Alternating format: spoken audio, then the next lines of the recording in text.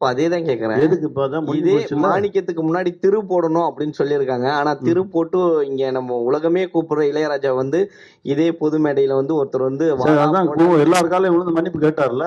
இல்ல அது கூட பத்தலையா? கேக்குறது வாடான்றதுக்கும் அவர் தான் மன்னிப்பு கேட்டாரு. என்னன்னா அவர் அதற்கான விளக்கமும் சொல்றாரு. ஏன்னா அவர் ஒரு மாதிரியான ஒரு எமோஷனலான ஒரு எக்ஸென்ட்ரிக்கான கேட்டு என்னையவே பார்த்தாலே ஒரு கெட்ட வார்த்தை சொல்லி அதுக்கப்புறம் வாடா சொல்லி அதுக்கப்புறம் சொல்லி என் முதுகுல 2 அடி அடிப்பான். அவன் வேற ஒரு எக்ஸ்ட்ரீம். அவன் அன்பின் உச்சத்துல ஒரு சில விஷயங்கள் வெளிப்படுத்துறான். அதை வந்து நான் அப்படிதான் பார்த்தனே தவிர மிஸ்கினே நான் எந்த இடத்துலையும் தவறாவே பார்க்கல. பேசிட்டு வெளியே வரும்போது வெற்றிமாறன் சாரை இரவு மீட் பண்றேன். வெற்றிமாறன் சார் வந்துட்டு வெற்றிமாறன் சார் உட்காந்து போன்ல அவர்கிட்ட பேசினா என்ன பேசினான்னு எனக்கு தான் தெரியும். அப்படியே கான்கால் போட்டு அமீர் சார் என்ன பேசினான்னு எனக்கு தான் தெரியும்.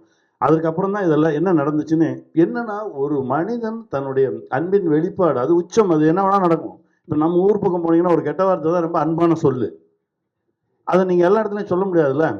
ஆனா நாங்க 4 பேர் பேசும்போது சொல்லிக்குவோம். 4 பேர் பேசும்போது அது அது அவன் இன்னும் கொஞ்சம் மேல இருக்கான். அவன் அன்பு இன்னும் கொஞ்சம் அதிகமா இருக்குன்னு நினைச்சுங்க. அவன் அன்பு இன்னும் கொஞ்சம் அதிகமா இருக்குன்னு நினைச்சுங்க. பத்திரிகையாளர்கள் பொம்பளை பசங்க சரிங்க. ஏன் நம்ம யாருக்குமே தெரியாதா? அந்த மாதிரி வார்த்தையை நம்ம பயன்படுத்த மாட்டோமா? அவன் கொஞ்சம் எக்ஸென்ட்ரிக்கா பேசினான்னு வச்சுங்க. ஏங்க மூளை கொஞ்சம் அதிகமா இருக்கவன் பேசினா என்னங்க செய்வீங்க? நீங்க ஒரு வெளிப்பாடு வந்து செய்து தவறுனே ஒத்துக்க மாட்டீங்க. நான் ஒத்துக்க மாட்டேங்க. அப்போ பொது மேடையில வந்து அவன் திரும்ப வந்து எல்லாரும் தப்புன்னு கெட்ட வார்த்தையில பேசலாம். எல்லாரும் தப்புன்னு சொன்னதுக்கு அவர் மன்னிப்பு கேட்டாரு. இதுக்கு மேல என்ன செய்யணும்? உங்க 2 கரம் கூப்பி உங்க காலில் விழுந்து. ஏன்னா அவரை பத்தி புரிந்தவர்களுக்கு தெரியும் அவர் யாருன்னு. புரியாதவர்களுக்கு தான் அந்த மன்னிப்பு. சரியா வச்சுக்கோங்க அந்த மன்னிப்பை. எங்க அண்ணனுக்காக நானும் கூட உங்க காலை தொட்டு கூட மன்னிப்பு கேட்டுக்கிறேன். ஓகேவா? மன்னிச்சிருங்க, விட்டுருங்க.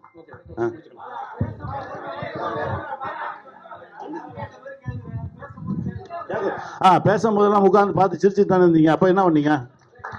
எல்லாரும் உட்காந்து சிரிச்சுட்டு தானே இருந்தீங்க. அதுக்கும் கை தட்டினீங்கல்ல. அவர் பேசும்போதெல்லாம் உட்காந்து சிரிக்கிறது